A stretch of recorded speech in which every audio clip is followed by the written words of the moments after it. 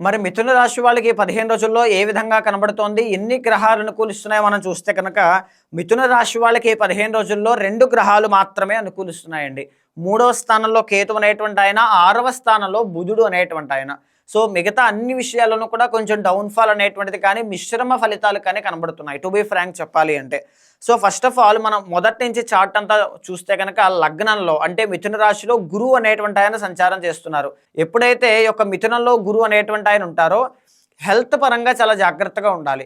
దీంతో పాటుగా డబ్బు విపరీతంగా ఖర్చయ్యే అవకాశం ఉంటుంది. ఏదో ఒక ఆలోచనతో ఏదో వస్తుంది అనేటువంటి భ్రమలో ఉంటారు కానీ, అది లాస్ట్ దాకా వచ్చి వెనక్కి వెళ్ళిపోయే అవకాశాలు ఎక్కువుంటాయి. జనరల్లీ మిథున రాశి వాళ్ళంటేనే ఈ యొక్క బిజినెస్ మైండ్ సెట్ అండి. చాలా స్కిల్డ్ పర్సన్స్, టాలెంట్ ఉన్నటువంటి పర్సన్స్ అంతా. అంటే ఈ యొక్క ఇంటలెక్చువల్ పర్సన్స్ అనమాట.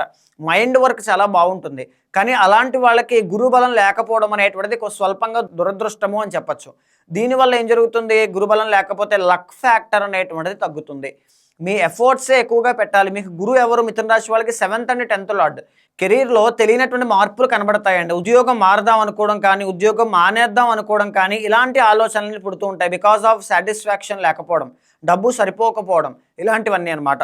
సో, ఆ విషయంలో బలంగా ఫోకస్ చేయండి. ఈ సమయంలో ఉద్యోగాలు మారడం కానీ, మానేయడం కానీ మంచిది కాదు. కొంచెం జాగ్రత్త. 7వ స్థానంలో రవి అనేటువంటి ఆయన, కుజుడు అనేటువంటి ఆయన, శుక్రుడు అనేటువంటి ఆయన కనబడుతూ ఉన్నారు. సప్తమంలో 3 గ్రహాలు కూడా అంతగా అనుకూలించట్లేదు. సప్తమంలో అనుకూలించట్లేదంటే దాని అర్థం ఏంటండి? మేజర్లీ పార్ట్నర్‌షిప్ వ్యవహారాలు అవాయిడ్ చేయాలి. ఈ యొక్క మ్యారిటల్ లైఫ్‌లో చాలా జాగ్రత్తగా ఉండాలి. బిజినెస్ విషయంలో మరింత జాగ్రత్తగా ఉండాలి. 7th లార్డ్ అయిన గురువు బాలేదు. 7థ్‌లో ఉండేటువంటి రవి 3rd లార్డ్ ఆయన బాగాలేదు. తర్వాత కుజుడు అనేటువంటి ఆయన బాగాలేదు. 6th lord. శుక్రుడు కూడా బాగాలేదు 5th లార్డ్. దీనివల్ల ఏం జరుగుతుంది? ఏదైనా ట్రావెలింగ్స్ అనేటువంటివి జరిగే అవకాశాలు ఎక్కువగా ఉంటాయి. 3rd లార్డ్ 7థ్‌లో ఉన్నప్పుడు ట్రాన్స్ఫర్లు అవ్వడం, ట్రావెలింగ్స్ అనేటువంటివి జరగడం, ఇలాంటివి అయితే కనబడుతూ ఉంటాయి. దానివల్ల పెద్దగా ఉపయోగం అనేటువంటిది కూడా కనబడదు. అయితే మేజర్లీ సప్తమంలో ఉండేటువంటి రాహు వల్ల సిబ్లింగ్స్ విషయంలో జాగ్రత్తగా ఉండాలి. మీకు తోడబుట్టిన వాళ్ళతో చిన్న చిన్న గొడవలు కానీ, తగాదాలు కానీ, కలహాలు కానీ, మాట పట్టింపులు కానీ రావడం, ఆర్ లేకపోతే పని చేసే చోట కలీగ్స్‌తో ఇబ్బందులు అనేటువంటివి రావడం కానీ, ఇలాంటివి జరిగే అవకాశాలు ఎక్కువగా ఉంటాయి. ఆ విషయంలో మరింత జాగ్రత్తగా ఉండాలి అని చెప్పొచ్చు.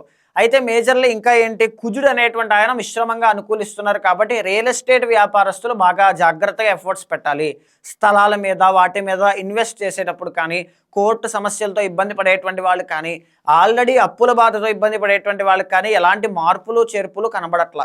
సో, కుజుడు అనేటువంటి ఆయన అనుకూలించినప్పుడే మీకు ఫర్దర్‌గా బాగుంటుంది కానీ, ఇప్పుడు కుజుడు బాలేదు కాబట్టి రిస్క్ ఫ్యాక్టర్ అనేటువంటిది వద్దు. అగ్రెసివ్‌గా వెళ్ళొద్దు. జాగ్రత్త పడాలి.